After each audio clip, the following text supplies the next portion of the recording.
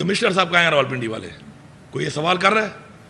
एक बंदे ने कहा कि मुझसे धांधली कराई गई, मुझसे फॉर्म 45 चेंज कराया गया, उस बयान के बाद वो गायब है।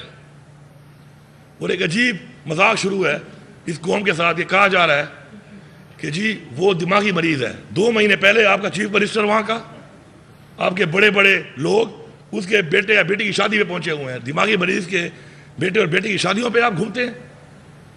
या एक दिमागी मरीज को आपने पिंडी जैसे इतने इंपॉर्टेंट जगह पे कमिश्नर बना के रखा हुआ है? ये आपकी परफॉर्मेंस थी? ये आपकी इंटरिम गवर्नमेंट थी जो आपने बनाई थी? पीटीआई का तो वर्कर फेसबुक पे पोस्ट करता था, आप उसको पकड़ लेते थे।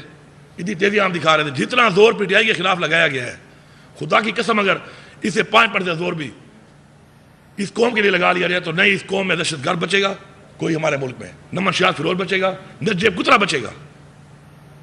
लेकिन उनके लिए कुछ नहीं हो रहा। इंशाल्लाह हम स्टैंड लेंगे।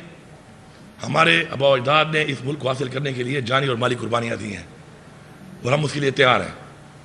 हम इस्लाम को ठीक करने के लिए बैठे हैं यहाँ पर। इसके अलावा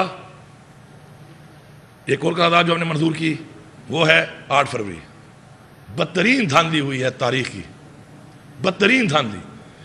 जितने इदारे हमारे पाकिस्तान के इलेक्शंस को आज से नहीं बहुत पहले से बैन-अल-अक़वामी इदारे जो मॉनिटर कर रहे हैं, सब ने कहा है कि बेज़ाब्तियाँ हुई हैं।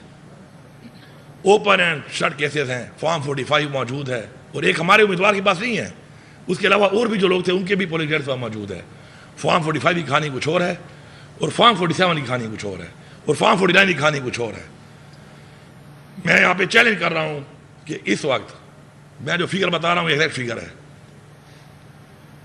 25 सीटें टोटल जीती है नून लीग पंजाब असम्बली की।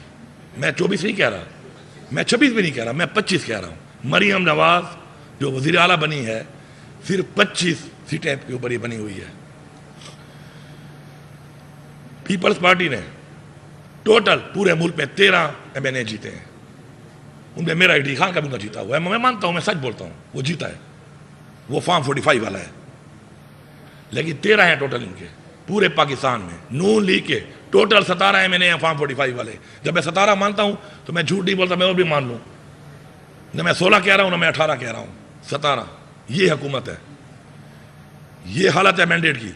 अवाम ने वोट इमरान खान को दिया और इतने इतने वोटों वाले अगर किसी को इस बात पे शक है तो बुलाएं आरोज को। हमारे फॉर्म 45 केसेस लगे हुए हैं ट्रिब्यूनल में, बिठाएं सामने, चेक करें, हल्फ रखें, इन आरोज को भी बिठाएं, फॉर्म 45 को टैली करें। अगर ये गलत साबित हो जाए मैं सजा भुगतने को तैयार हूँ।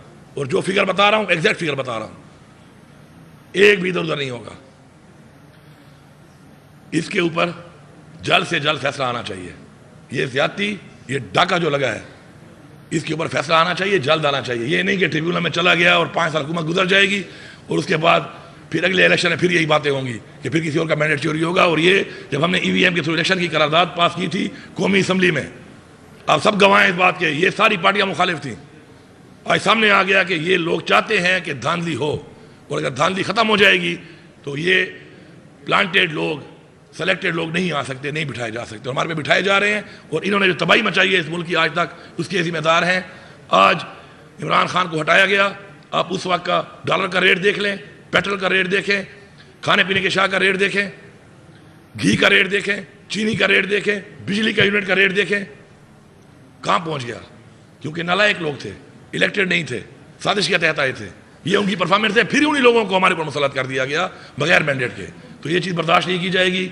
इसके ऊपर हमारी ये करारदाद पास हुई है। इंशाल्लाह बहुत जल्द हम असम्बली का जब इजलास बुलाएंगे तो वहाँ पे भी पास करेंगे। इससे पहले भी मैं कह चुका हूँ, मैं दोबारा रिपीट कर रहा हूँ कि ये जो जैली पर्चे और जैली केसेस हमारे लीडर पे किए गए, हमारे वर्कर्स पे किए गए, हमारी खवातीन जेलों में हैं, इनको रिहा किया जाए, ये मजाक बंद किया जाए और फोकस किया जाए पाकिस्तान की आवाम के मसाइल पे, बुनियादी हकूक पे, महंगाई पे, पाकिस्तान की तरक्की पे, करप्शन पे जो इस मुल्क में हुई है, किसने किया और अब कौन कर रहा है। और अगर ऐसा नहीं होगा तो अपने हक के लिए हम आवाज़ भी उठाएंगे और इंशाल्लाह हम हर हद तक जाएंगे। शुक्रिया।